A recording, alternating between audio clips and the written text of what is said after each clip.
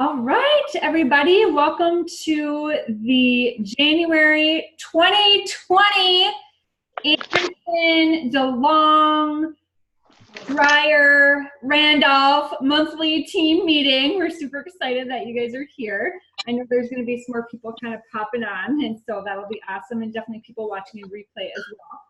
So we're just going to kick it off with some recognitions. So because we have so many teams, we just do org recognition for this part, and then you'll get your team recognition on your team pages in Facebook. So for our org for December, this is so fun, you guys, because we have just been blowing it up all year. So our sales last year were 47.3 thousand, and this year was 88.3. So that was an 86.9% increase. Isn't that great? You guys are killing it. And then last year we had 2 new people join our organization in December, and this year we had 10. So that's a 400% increase. And as you remember, our goal was to have 10 people each month join our team or our organization. So we hit our goal with that. But let me give you some year-end stats. We're just going to do a couple of them because we'll do this at spring launch. But for the whole year, last year our org did 543,000, and this year we did 949. So we almost hit $1 million in sales. So you know what that means for next year, right?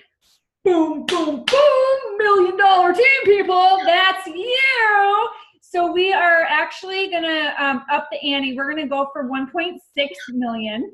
And part of this is we're gonna go for an Excellence Award in Organizational Sales. The Excellence Award runs June through May. But if we're doing it January through December, we're just gonna keep growing, right? So that's our goal. We're gonna get all 4 categories in 2021. Oh, it's gonna be fantastic. Okay, and then our recruiting. Who can tell? What was our recruit goal? How many people did we want to share the opportunity with for 2019? 100. 100. Yep. And we ended up at 152. So you guys just did such a great job of sharing the love, and it's been so fun just watching the difference that it's made in people's lives. You know, seeing even today when we were talking about payday, how people are so excited about how much money they're making, more than they thought that they would be making, and what they're saving up for next year with their income. And I just and so our goal for 2020 for sales, like I said, is going to be 1.6 million. And then for team members, we're going to offer this opportunity to 250 people. So you guys, I'm not gonna lie, like that feels like a really scary number to me, but I think it's totally doable because when you, Michelle, I'm gonna mute you because you're just talking to us. That's okay. Because when you look at our percentage of how we've been tracking, this is actually a little bit lower than what we've been tracking. I probably should have put it higher. But I just feel like you guys have done such a great job of offering the business and sharing the opportunity and really being a blessing that we're just going to keep going. We're not going to stop, right? Let's see how many lives can be changed this year. Okay, so we have a couple things going on here tonight. I do have some training that I want to do, but first we are going to welcome our guest speaker, Stacey Hart. Hello. I wonder if there's, okay, I'm gonna go on speaker view. So Stacey, I'm gonna have, let's see, Stacey, can you speak so that it pops your face? Hello, can you hear me? Yeah, there. Do you guys all see Stacey's face nice and big now? Yeah. Do I not pop up when I talk? Yeah, you're up now. You're totally up. So Stacey, I took some notes here from our call the other day, and they're tucked away somewhere, not in front of me right now. So tell us again, how many years have you been with the company? A little over 27. 27 years, and this is our 40th year. So you were in kind of at the beginning. Yeah. A lot over the years, huh? Oh, so many changes. I'm going to tell you guys how much easier it is now. I absolutely love it. And your sales for November. Christy, can I have you mute yourself? Awesome. Thank you. You want me to tell what my sales were for November? Yes. They were 32,909. So almost 33. Is that your biggest? Yeah, that was my biggest month. I did last year was my second highest, which was 23,000. So I wanted to beat that. I wanted to hit 25. So I ended up blowing that one out of the water, which was nice. Wow, that is absolutely amazing. Yeah. Absolutely amazing. Okay, so 27 years, and you have done 2.5 million in sales in those 27 years. Absolutely phenomenal. You are a director and working towards exec, which is exciting. We're all right there with you, working on that as well.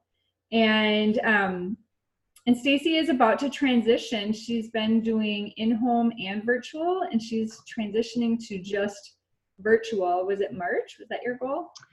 Yeah, I just kind of had to set a date because I've been dragging my feet. And a year ago, I was the biggest skeptic of virtual parties that was out there. So I took the past year and really have done as much training as I could on virtuals.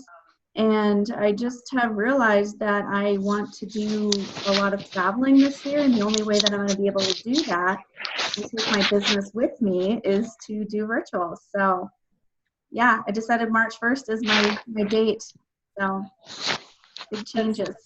That's fantastic. Okay, so why don't we do this? If everybody could go ahead and mute yourselves except for Stacey, and then that way we won't get any background noise. And then at the end, we'll have a time where we can do some Q&A, and then we can unmute at that point. So perfect. All right, Stacey. So with no further ado, take it away and tell us everything that you do so that we can be as successful as you are. Well, I don't know if I'm going to tell you everything. And here's the deal too, Sarah, when I do my, when I show you my cookware thing, I'm going to need a little bit of audience participation. So you're going to have to be my, my show guest for that one. So, okay, for sure. All right. So, excuse me, I'm just getting over a cold, so I may cough here and there. But I want to just start off again with November to tell you guys a little bit of breakdown where those sales came from. Because we'll just call it 33,000. That to me, I never expected my sales to be that high. November is always my biggest month, but usually my goal is, just slightly over 20,000. So I did the numbers, and which was funny, I did exactly 20 cooking shows and 20 virtual parties. I mean, I didn't have that planned. But it was half and half, which is kind of funny. My virtual sales were 10,300, and then my cooking show sales were just shy of 22,000. So in looking at that, that was about the time frame that I was kind of playing around with the idea of going virtual. I got to thinking about it, and I worked pretty hard doing a lot of cooking shows.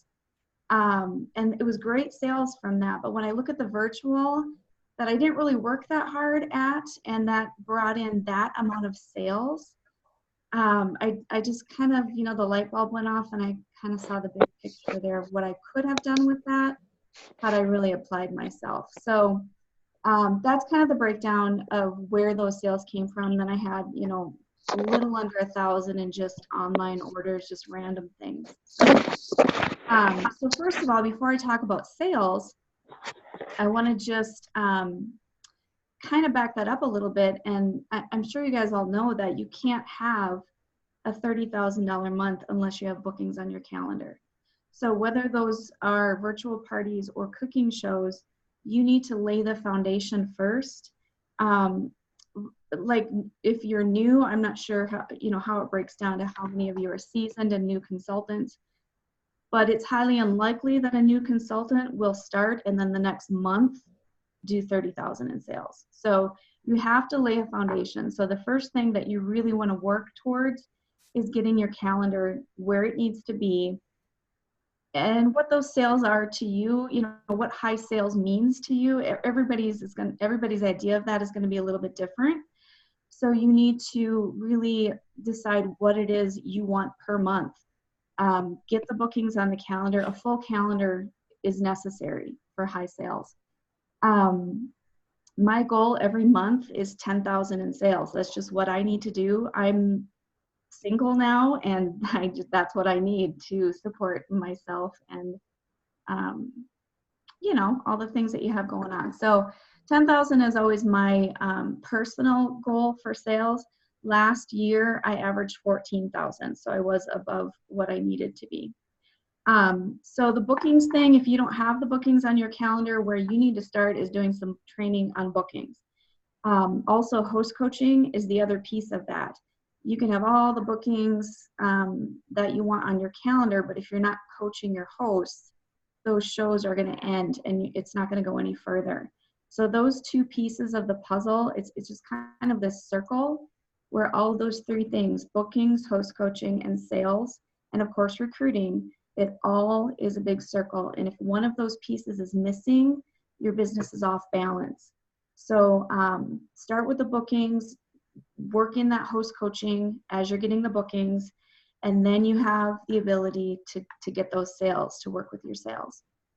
So just focusing on sales tonight, we're going to talk about that. And I'm going to break it down as virtual parties and then also for cooking shows. So with all of the virtual stuff that's going on now, I know a lot of times we tend to really focus on the information, like for marketing imagery, the posts that you can download, the videos you can download. We also utilize the catalog, and those are really good resources. But the most important thing for us all to remember that we are the salesperson. You are the salesperson. The catalog isn't, the videos aren't what sells the product. So if you just take that first and realize that you need to really develop some skills, live videos are going to be really important for those of you who do virtual parties, but you really need to focus on what can you do to sell those products. Even though there's some great videos out there about cookware and just like the microwave popcorn popper, if I have an opportunity to actually do a live demo using those products, that's going to be much more effective than just uploading a video to a party. So even if it's not polished and perfect, people are more likely to watch that because it's you. So not only are you selling the products, but you're selling you. People book a show because they like you. They form that connection with you, and you're the person they want to hear from, whether it's on a virtual or in a cooking show, at a cooking show. So first of all, I want to talk about when you're at a live cooking show. I still call it kitchen shows from way back in the day, but when you're at a cooking show, how are you going to sell a product? I think a lot of times, because what we do is we make a recipe at our shows, I think we're so involved sometimes in that recipe that we tend to talk more about that or the ingredients or what we're doing, what we're making, than we talk about the product. And we have to if you find yourself doing that, you really need to make your focus on what am I holding in my hands? What am I using? That's what I want to be talking about at the show tonight. Half the time now, I don't even tell them what I'm making. Like I'm halfway through my demo and people are like, oh yeah, what are we making tonight? Or what do you put in that? And then I go back and I backtrack and I tell them real quickly, but I'm not focusing my time on what I'm making or selling the recipe. Those are just tools that we have to help us do our job. So to sell a product, and what I do at my shows too, Sarah and I were talking about this, is I mainly focus on higher priced items at my parties, my live shows. Virtuals, I do throw in a few of the less expensive items just to kind of get their interest going a little bit. But at a cooking show, I don't take the time to talk about the smaller things. It doesn't take much convincing for someone to spend $10 or $25 on a product. But if I'm selling a quick cooker or a blender or a skillet, that needs to be the focus of your demo, and that's where you spend your time. So those big ticket items is something that you really want to learn how to sell. There's just different things that to keep in mind when you're using a product at a show. And before I tell you those things too, I want to tell you, if you're new, the best way that you're going to learn about your products, of course, you all know using them in your own kitchen is number one. But the second way and the most effective way that I learned, because I didn't have a lot of products when I started. I remember the first product that I owned was the Measure All cup, and then I had a citrus peeler. So going into this, I had no product knowledge when I signed up. Those were the only two things I had. So I asked a lot of questions, and I still do at my shows, because it's interesting to me to find out what other people are using the items for. And that's how I learn. I always ask that, I show a product, and the very first thing I do is I ask people to tell me what they use it for in their own kitchen. And the other great benefit to doing that is you are going to be able to then just fill in the blanks. You're not the one selling, doing all the selling at the show. The customer is actually selling for you, or the guests are selling for you. And all you need to do is just kind of fill in around the edges, which is much more effective. So when you're thinking about a product, though, to kind of start the whole sales process of how you're going to present that to people, is there's three things that you really want to think about. The first thing is, how is it going to save people time? Because we're all busy and we all want products that are going to add value to our lives and save us time. Second thing is, how is it going to save me money? And then the third thing is, how is it going to solve a problem that I have in the kitchen? I put that temperature thing back on. It's nice to turn the video off on it. Excuse me, Rebecca, could you go ahead and mute yourself, please? Thank you so much. Okay, so those three things right there, if you just kind of develop your spiel on the product around those three things, that is the most effective way to sell a product. Also, kind of getting people to imagine themselves using it in their kitchen. And that's where the whole, how is it going to solve a problem that I have? That's where that comes in. Because if you have a problem with something and you vocalize that at your party, you're going to find that a whole lot of other people have that same issue. And if you're teaching them, okay, this is what this product right here is going to solve this issue, they're going to connect with you personally. They're also going to really start listening to what you have to say about the product. So I'm going to show you guys a little bit about how I would sell something at a show. I'm going to do my whole demo here, not the whole demo. I'm going to talk about cookware. Hold on, I have to cough. Oh, I apologize. Okay, so at this point, Sarah, you're on, right? You're not muted. Right. So you're my 15 guests at a party right now, okay? Okay. So I want to talk to you guys tonight a little bit about two of the most important products that we have. Actually, two of the most important products that everybody needs in the kitchen. And I want to know what you guys know about that. How many of you can tell me what are the top two things that you should spend your money on in your kitchen? Sarah, do you know? Pans. Okay, that's one of them. Good job. What's the other one? Knives. Good job. Okay, yes. And I will talk about knives here in a little bit. But first, I want to talk to you guys about cookware. Cookware is one of those things that it's kind of not in most people's lives. And the reason I say that is I have been in I've been in about 4,000 of your kitchens, and I've seen what you guys are using to make dinner for your families. So we're going to talk about cookware tonight. And to be honest with you guys, I don't wake up in the morning thinking, oh my gosh, I need a new set of pots and pans. My favorite thing to shop for would be makeup or clothes or shoes. That's my thing. Certainly not cookware. So let's talk about cookware. And I want to first of all find out what you guys have in your kitchen. So if you could just tell me by a show of hands, how many of you have nonstick cookware in your kitchens? Okay, see about 90% of you. And how many of you are stainless steel lovers? And that would probably be about 3 of you. Okay, so here's the deal with cookware. I'm finding as I talk to people that you're either one or the other.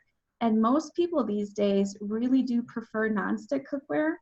And I do believe that that is because nonstick is easy. It's easy to clean up. And now with our busy lives and everything we have going on, we don't have time for stainless steel cookware. So I'm just going to tell you a little bit about my cookware that I used to have. Because I have been doing Pampered Chef for so long, we have great benefits. And one of those is I get everything free, all the products free from Pampered Chef. So I had in my kitchen a complete set of nonstick cookware and a complete set of stainless steel cookware. I found myself most of the time using nonstick, but there are just certain things that stainless is awesome for. So I want to talk to you guys a little bit about the pros and cons. So we have nonstick cookware first, and that is, you know, we love it because, again, it's easy to clean. That's a no-brainer. Some of the drawbacks with your nonstick cookware, unless you have really good cookware, it's going to peel and flake. And most of you know that the average lifespan of a Teflon pan is about 2 years. So every couple years, you're going out, you're buying a new skillet, you're buying a new saute pan because you've got some flaky cookware going on. The other drawbacks with your nonstick is you can't use metal utensils in there. And really, you should not be putting it in the dishwasher. Now, keep in mind, I'm not talking about Pampered Chef cookware. I'm talking about other brands. So that's a little bit about nonstick. On the other hand, stainless is very durable. We love it because we can use metal utensils in it, and you can beat it around quite a bit. But have you ever tried to clean a stainless steel pan? I'm sure there's lots of nodding there. Stainless steel is really a bugger to clean. You've got to do like a 3-day soak on it. You're using Barkeeper's Friend. You're scrubbing like mad.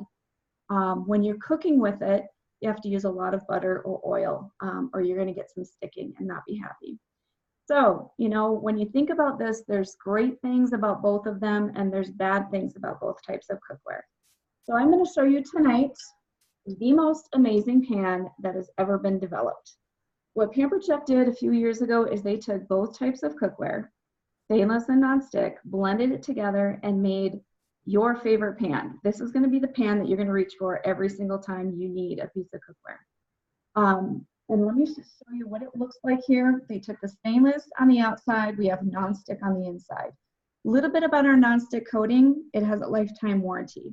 So what you're going to find with this, you're not going to have that peeling and flaking. You're not going to have the black stuff coming off in your food. Best part about that is you can use metal utensils in it.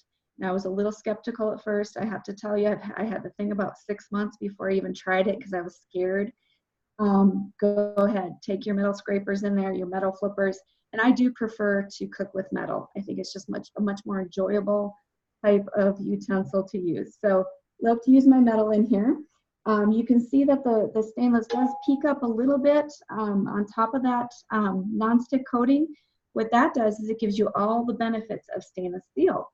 So you're going to get the nice crispiness on your grilled cheese sandwiches are going to be perfect. Your eggs are going to be perfect.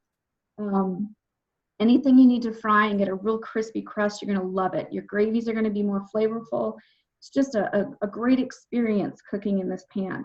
The other great thing is everything just wipes out. Very easy to clean.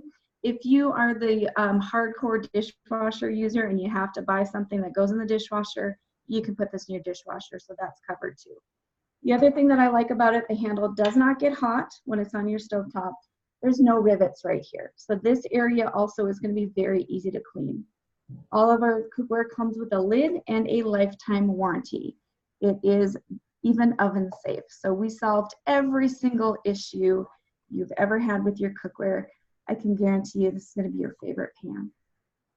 All right, so that's my little spiel. I might throw in some other things here and there. But that's how I would sell a piece of cookware. And I think it takes a little bit more time to sell the higher priced items, but it's worth it. You've got people buying pans at full price. Now, the other thing that I would do with that is I would tell them, especially this month, I would tell them the exact amount of money they would have to pay for that. at full price, which I think is a great value at full price. But the other benefit to January, of course, we all know, is free and 60% off. So those are the two things that you want to pull in there too whenever you're selling something that's a little bit more expensive. So I hope I don't lose my voice here before I'm done. Okay, so that's a little bit about that. Now, I'm going to give you guys my top 10 list that I made a few months ago. Top 10 list for having high sales. And Sarah, if you need me to get this to you later, because I don't want people having to take notes and, you know, on this part of it, I can always get this list to you later. So, Okay. All right, so number one, how to have high sales. First of all, you have to have a plan and you need to be specific. So I talked about this at the beginning. You need to know your number. What are your sales? What do your sales look like? What do high sales look like for you? What's your number? Do the math and figure out how many shows it's going to take you to hit that number. Everybody's number is different.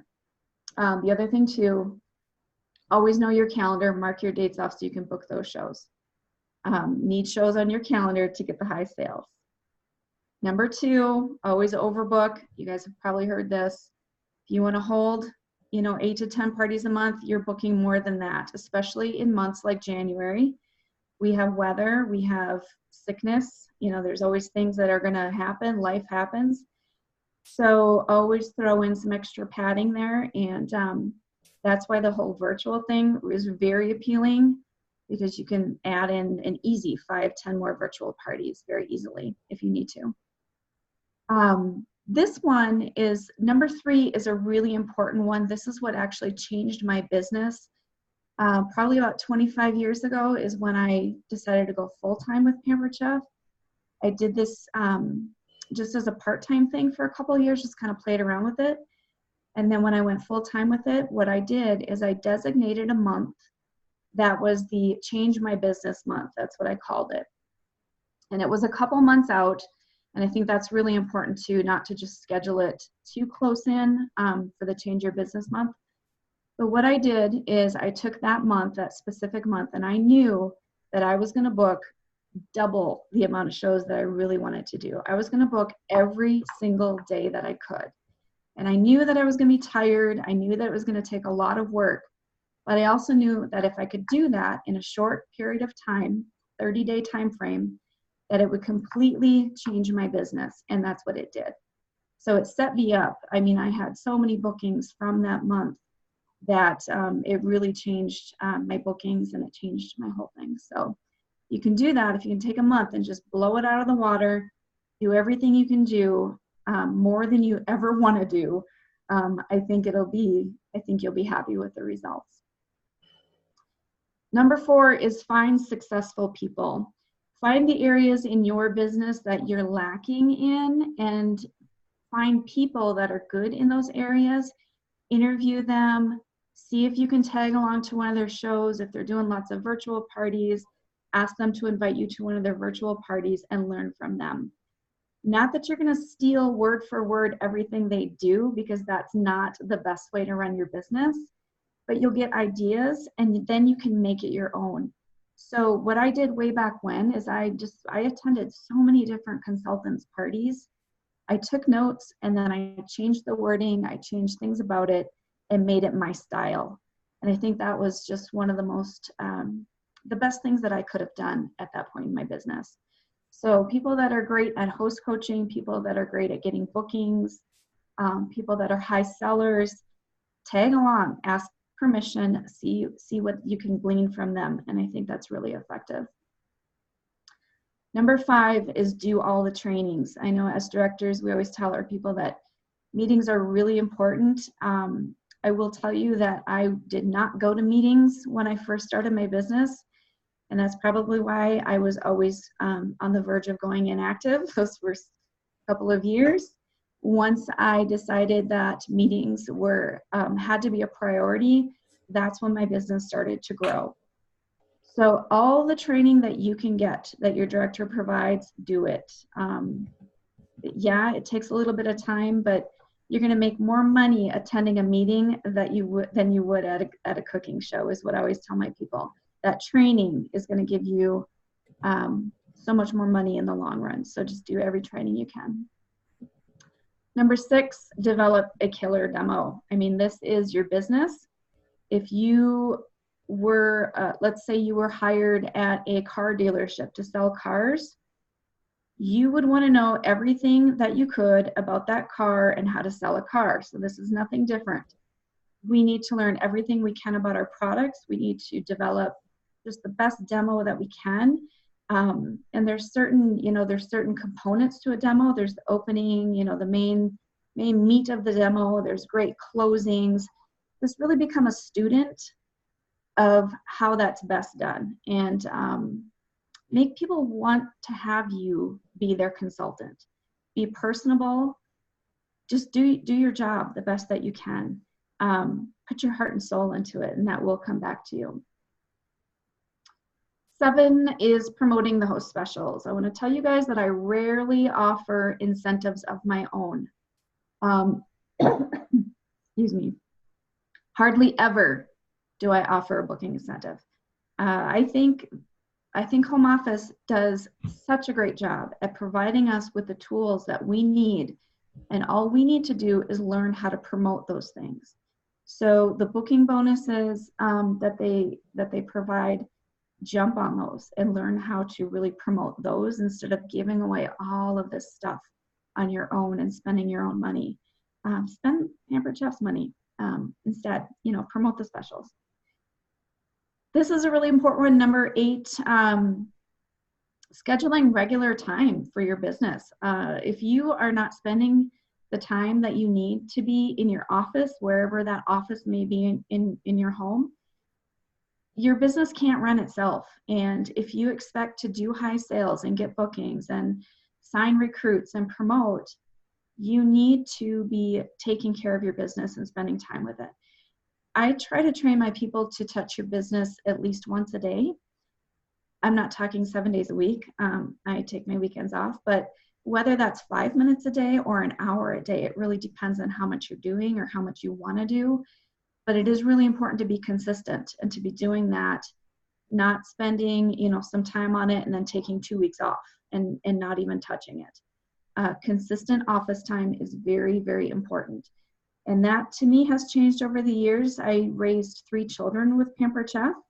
And when they were little, I do, my youngest are very, very close. They're Irish twins, so they're 11 months apart. So they, it was a challenge sometimes getting that office time in. But I will say that that's when my business grew the most, is because I was very intentional and I scheduled my time better than I do now. So just make sure that you are doing that every day, spending some time on yourself and your business. Number 9 is following up. We all have leads. I have people that have told me, well, I don't know who to call. I don't have any leads. We all have leads. We all have Facebook. We all have cell phones. There's lots of people out there that we can contact. And it is our job to follow up those leads. It's not the lead's job to call us. So be professional, follow up on your leads.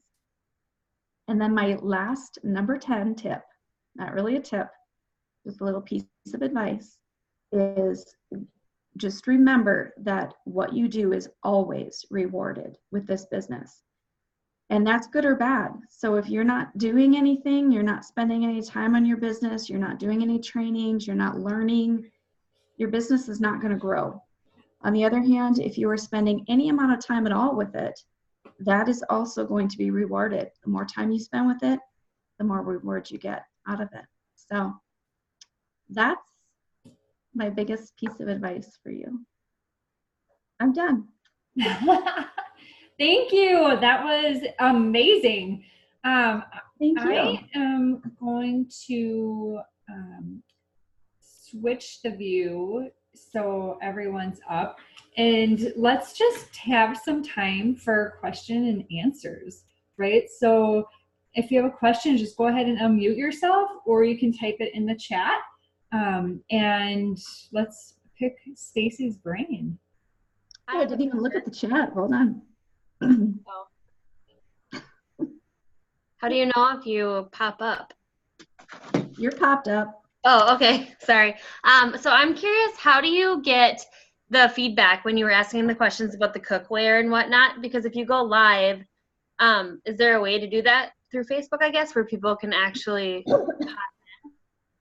Sometimes on my lives I can see the comments and stuff. Sometimes I can't. So I'm doing something wrong. I don't know. So there isn't, that's more of like an in-home. Yeah, that would be an in-home thing. But I have, because I can't figure out the whole live thing too greatly yet. I mean, I've been doing lives, but I don't know what I'm doing.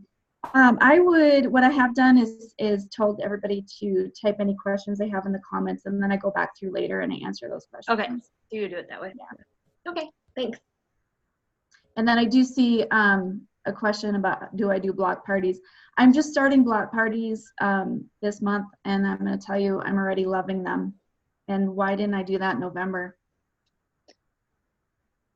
Okay, sorry, I have one more question. With the block parties, so say that I have a friend who also does Pampered Chef. Could you ever see it working where both consultants have their 3 block parties each in one part? Does that make sense? So like if my friend and I were the 2 hosts and we were double kind of posting, and then we each had 3 people, do you think that would work, or would that be too? It just, I would be kind of leery. I mean, if they're in your downline, yeah, do a block party and help your downline get their parties going and teach them how to do virtual parties. But like a sister consultant, I don't know, Sarah, what are your thoughts on that one? Well, I think it might get confusing with like bookings. Do you know what I mean? Like if somebody wanted to book, are they booking with both of you, or I don't know. of you? So I would think you would have 3, like your designated 3 people still, so you'd still be handling all of those orders and all of those hosts. So what happens, I'm just going to throw this out there, what happens when one of the guests likes the other consultant better? Sure. Do you know what I mean? And I'm not, like, this isn't anything for you specifically, but that can happen. Okay. Yeah, and I'm just going to say, I think that would open up a whole can of worms. And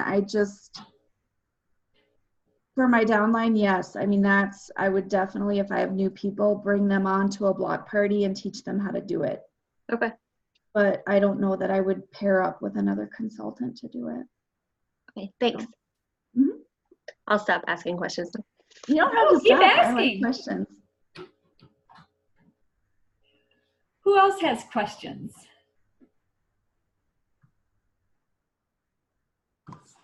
Hi, Leisha here. I've got a question, and I know there's really no rhyme or reason.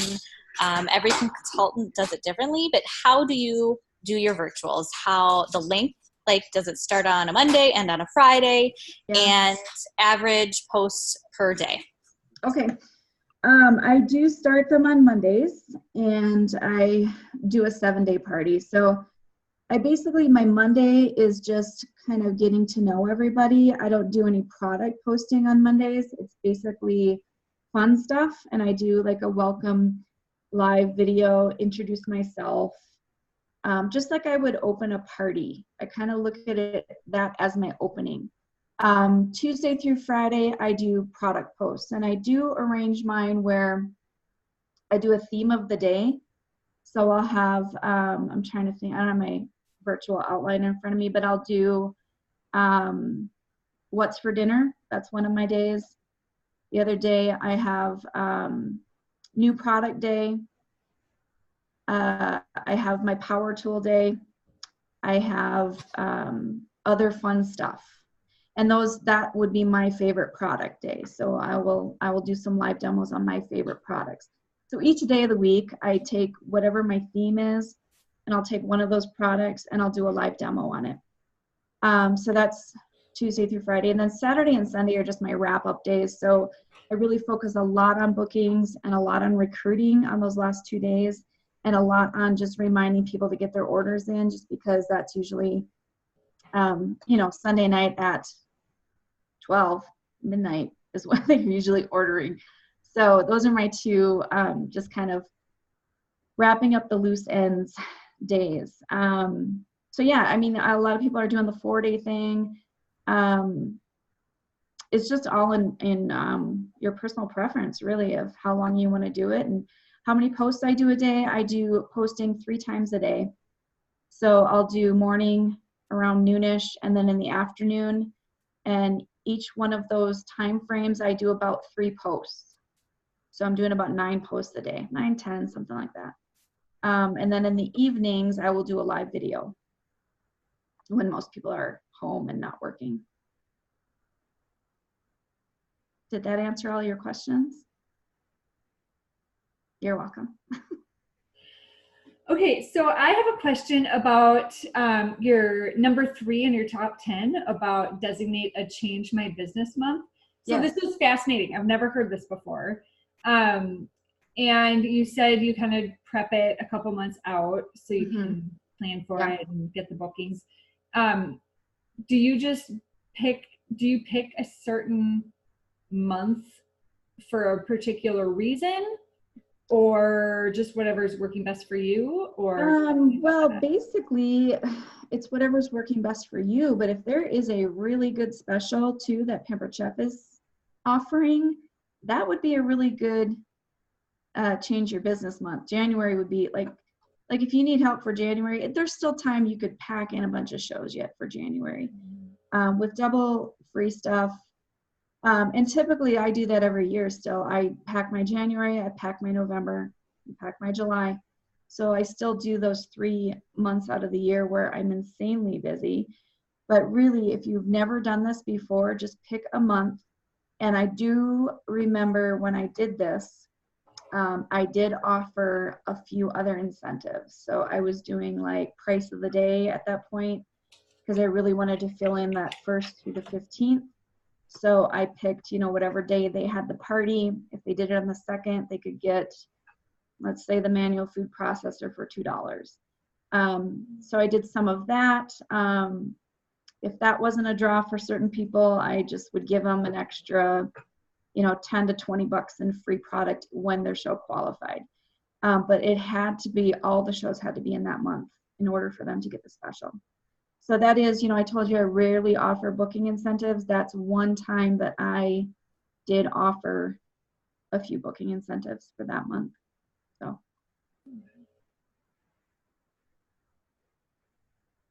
I think you're muted, Sarah. I'm muted? Oh, you were. There you go. Oh, okay. So I'll keep asking questions, but when you guys have questions, I would like to hear from you more than from me. You do a live video in your virtuals in each evening. And are you cooking when you do that, or do you ever do like what you just did with us? Like it depends. Yeah, it depends on the day. And I will say my goal is to do one every single night, but if I have a cooking show that night, it might just be a really quick live video to tell them, a little something, or it might not be one at all. But my goal now as I go forward is to do a live video every day. And it's not going to be very long. I mean, it's not going to be like a 15-minute, live video. But just like, if I'm home in the evening and I'm making popcorn, which is pretty much every night that I am home, I make popcorn. I'm going to do a live video with the popcorn popper, the salt and pepper mill, the ranch seasoning. There's things that you can do that you're going to do anyway. So you might as well give them a live video out of it. I did one. I was making dinner and I was making frozen salmon in the quick cooker. So I just showed them how you can do frozen salmon in 4 minutes in the quick cooker. That was a great 4-minute little demo there. Just stuff like that. If I'm using the blender for something, I'll just do a quick live video at that point. But it's not necessarily a product video every day. It could be, talking about the opportunity. It could be talking about bookings. Grabbing the skillet and just telling them why they need this at 60% off in January. There's just quick little things that you can do that it doesn't have to be too time consuming. But I think the more lives you can do, the better. And they don't have to be perfect. And some of my best ones have been just hilarious with my cats jumping in the screen and, just things that went wrong. And I get so many comments on those. So those are good.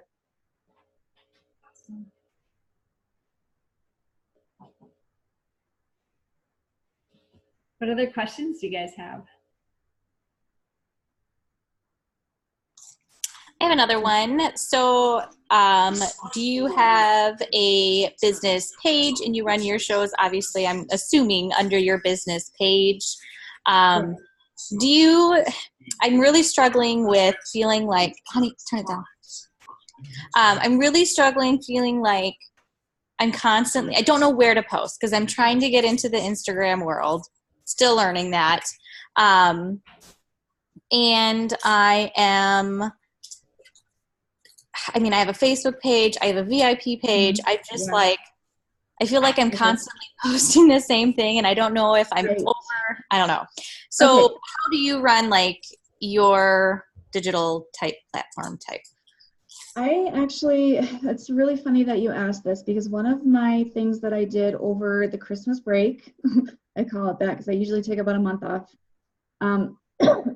I took some different training, non-Pampered Chef training about business pages and social media and things that you can do to increase your presence on social media. Because, like Sarah and I were kind of alluding to in the beginning, when I started my business, everything was done by hand. We did not have a computer. This is a completely different ballgame for me. And I am not the most computer savvy person in the world. In fact, my kids teach me a lot. And so anyway, some things that I picked up from just the things that I did a few weeks ago. I do have a personal page and I do have a business page. On my business page, I think I set that up last July.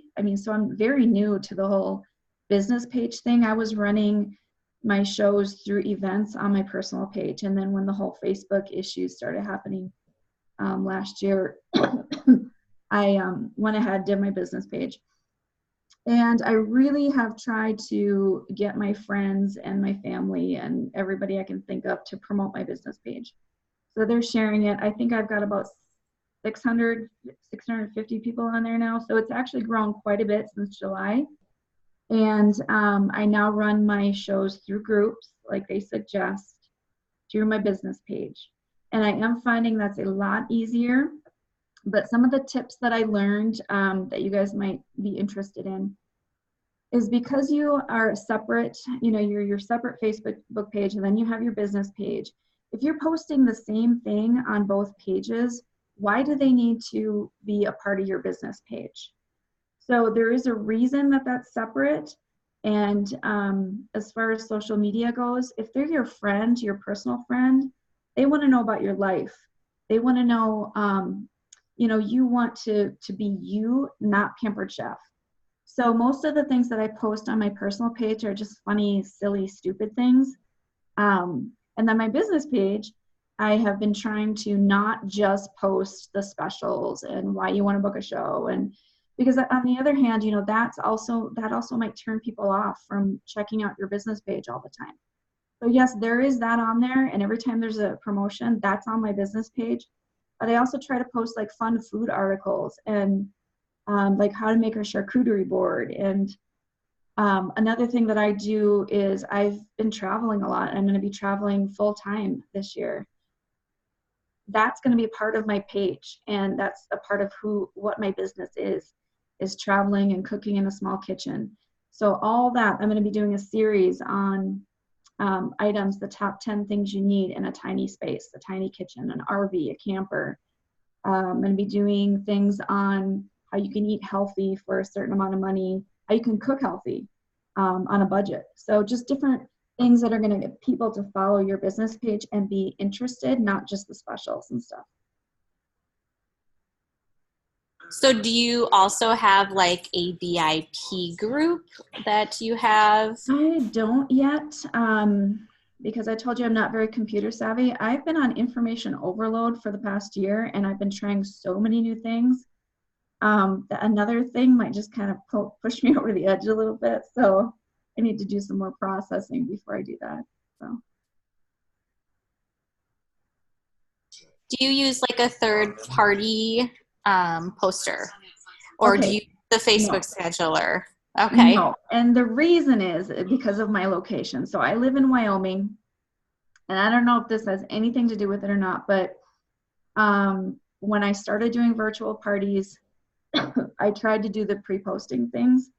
My internet here and in a lot of areas in Wyoming, we have very terrible internet to the point where some people don't even have email addresses because there's really no point. So I tried to pre-schedule some things and they just didn't post. So to me, I'm more in control of it if I just do it on my own. I'm home during the day. I don't work another job, so it's nothing for me to just sit down for a couple minutes and post. So that's just how I run it right now. And that may change when I move. I have a question. Yes. On your top 10 list, you talked about the host specials and not using your own money and going ahead and promoting it and marketing it. How do you do that? How do you package it, you think, differently to where that really shines? Right.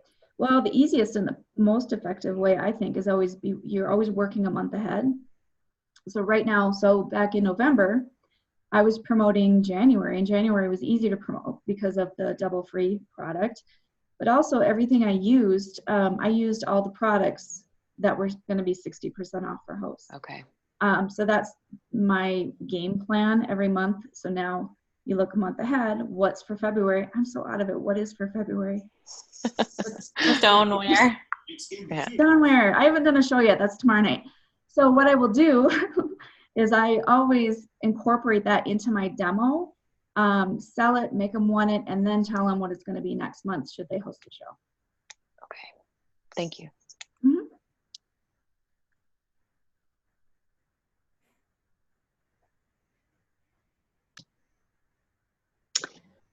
Could you share your Facebook business page with us so that we can follow you? Sure. Now I'm really going to have to make sure it's updated. Yeah, right. Well, we'll hold you accountable.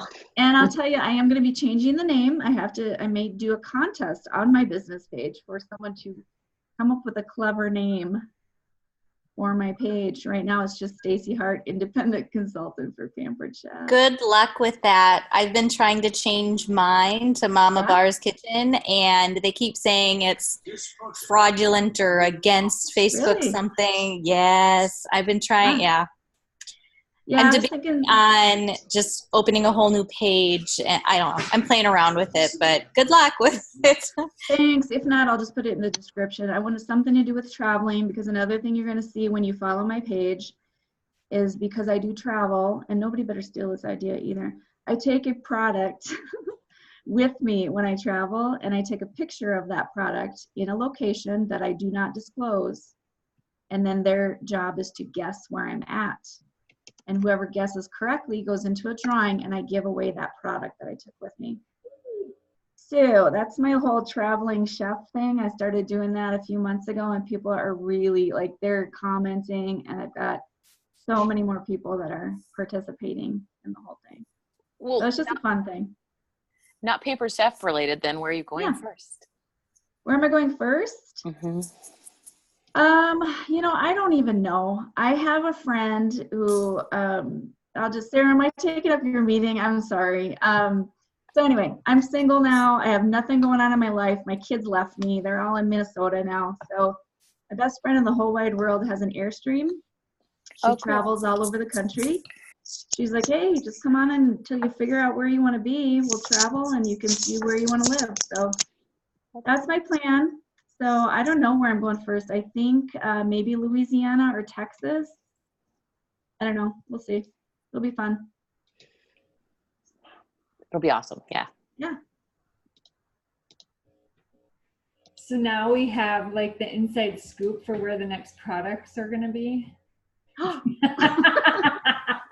Good. We're going to take bribes on the side on your business page.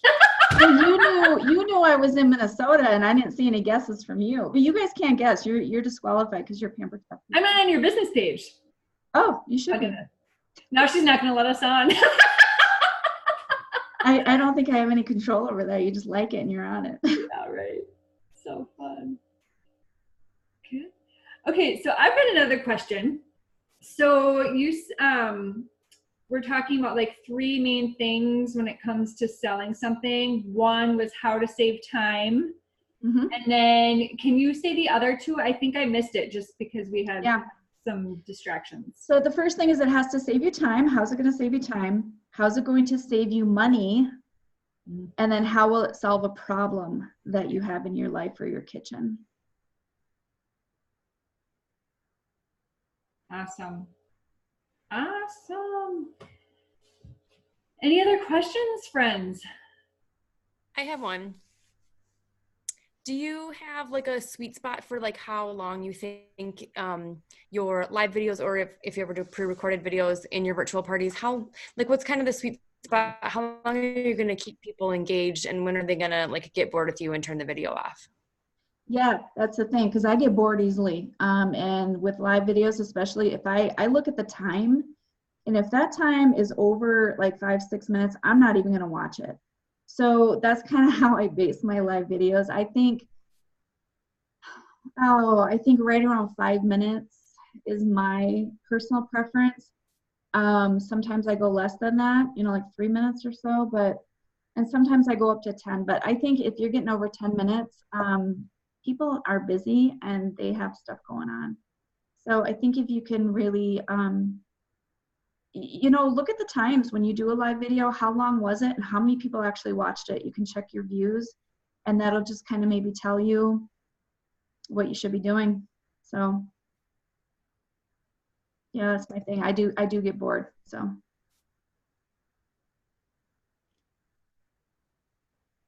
Awesome. Well, Stacey, we can't thank you enough. I know I filled up about 3 pages worth of notes just listening to everything that you had to say. And I'm glad that this is recorded, because I think there are definitely parts of this that we'll all probably go back and re-listen to, especially the part where you were like in sales mode, right? With the pan. Yeah. And that's, Stacey said that she used to shadow parties and talk to other people who are good at that particular thing you're trying to get good at. And I would literally listen to somebody's demo over and over and over until I could practically say it in my sleep. And when I was driving to parties, I would be saying it out loud. I would, that whole thing. And that's really how you grow. Is by I'm going to add one thing to that. Those of you who are actually doing cooking shows, I know that we can get a lot of information these days on YouTube and places like that.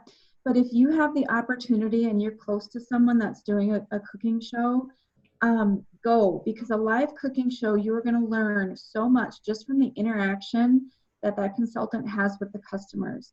And that is where, like, during order taking and, none of that is canned. So it's real stuff. It's happening at that moment.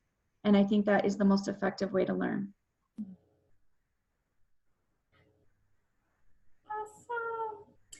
Well, thank you so much, Stacey. We just appreciate you sharing all of your tips, and we just wish you all the success in the world with going virtual. It's like strictly virtual, and with traveling, and we're all going to follow you now on your business page because we're excited. Great. I got to make sure I up my game now. I've got some Pampered Chef followers. I better do my job. Right? I love it. Okay, so for the rest of the team, I'm just going to steal you for another couple minutes because I would like to honor our top performers for December. At the beginning, we did do kind of the org numbers, but I do want to do the top performers for the org for December. So we will do the top 10 in sales. So number 10 is with us tonight, except I don't see her face, but she's on here being recorded. So number 10 out of almost 200 consultants was Jamie Radcliffe. Everyone show us your applause. Whoop, whoop. And she did 1506 in sales. Number 9 was Amanda Kohler, and she's on Taylor Knight's team. She did 1,530. Number 8 Melissa Waldrop. Oh, I think, was she on? I thought maybe, no, maybe she's not on. Okay, so Melissa was number 8. She had 1,569. Number 7, Peggy Paulson, 1,570. Number 6, not with us tonight, Cammie Stanky. She did 1,922. Number 5, with us tonight, Julie Straight, 2,103. Way to go, Julie. Number 4, with us, is she still with us? I think she popped off. Amy Neiman with 2,126. So great job, Amy. Number 3 on Katie Randolph's team, Amber Cummett. She did 2,137. Number 2 on the Randolph team, Billy Kimmin, and she did $2,351. And number 1 was Jen Smith on Molly's team with $4,087. So great job, everybody. Those were the consultant, senior consultant, and team leader levels. The recruiters, we want to honor everybody who shared the business opportunity as well. So Jen Smith had 1 person join her team. Let's see, we'll just do everyone. We'll include the directors with this too. Katie Randolph, congratulations, you shared the business with somebody. Cammie Stanky welcomed our very own Kristen with us tonight. Whoop, whoop. Kristen turned around and welcomed the business as well, right in your first, week or something? So that was fantastic. Let's see, we have Wendy Hubo on Janelle's team. She welcomed somebody. Liz Bloom shared the business with somebody. Miss Kate Dreyer welcomed a new team member as well. And I think that's everybody. I had 2 people join as well. So that comes up to our 10. We had a few promotions. So Billy Kimmin and Amy Neiman and one more. Sherry Peterson, all promoted to senior consultant promoted or re-promoted, which is wonderful as well, in December. So in a few minutes, I will post the entire org numbers so you can head there and see all the director stats, director paychecks. I know that was always the part that I was excited to see when I was a consultant, was how much everybody was making. And yeah, so we are off to a great start for January for 2020. I'm going to go live probably tomorrow, so you can watch for that and do another short little training that we didn't get to, but I think it'll be effective for you guys. So that is a wrap. So thanks again, Stacey, and thank you all for investing in your business tonight. I think it definitely is worthwhile, and this meeting in particular will pay you back 100-fold when you implement the things that Stacey shared with us. So, all right, you guys, have a great night. Thank you. Thank you. Bye. Thank you.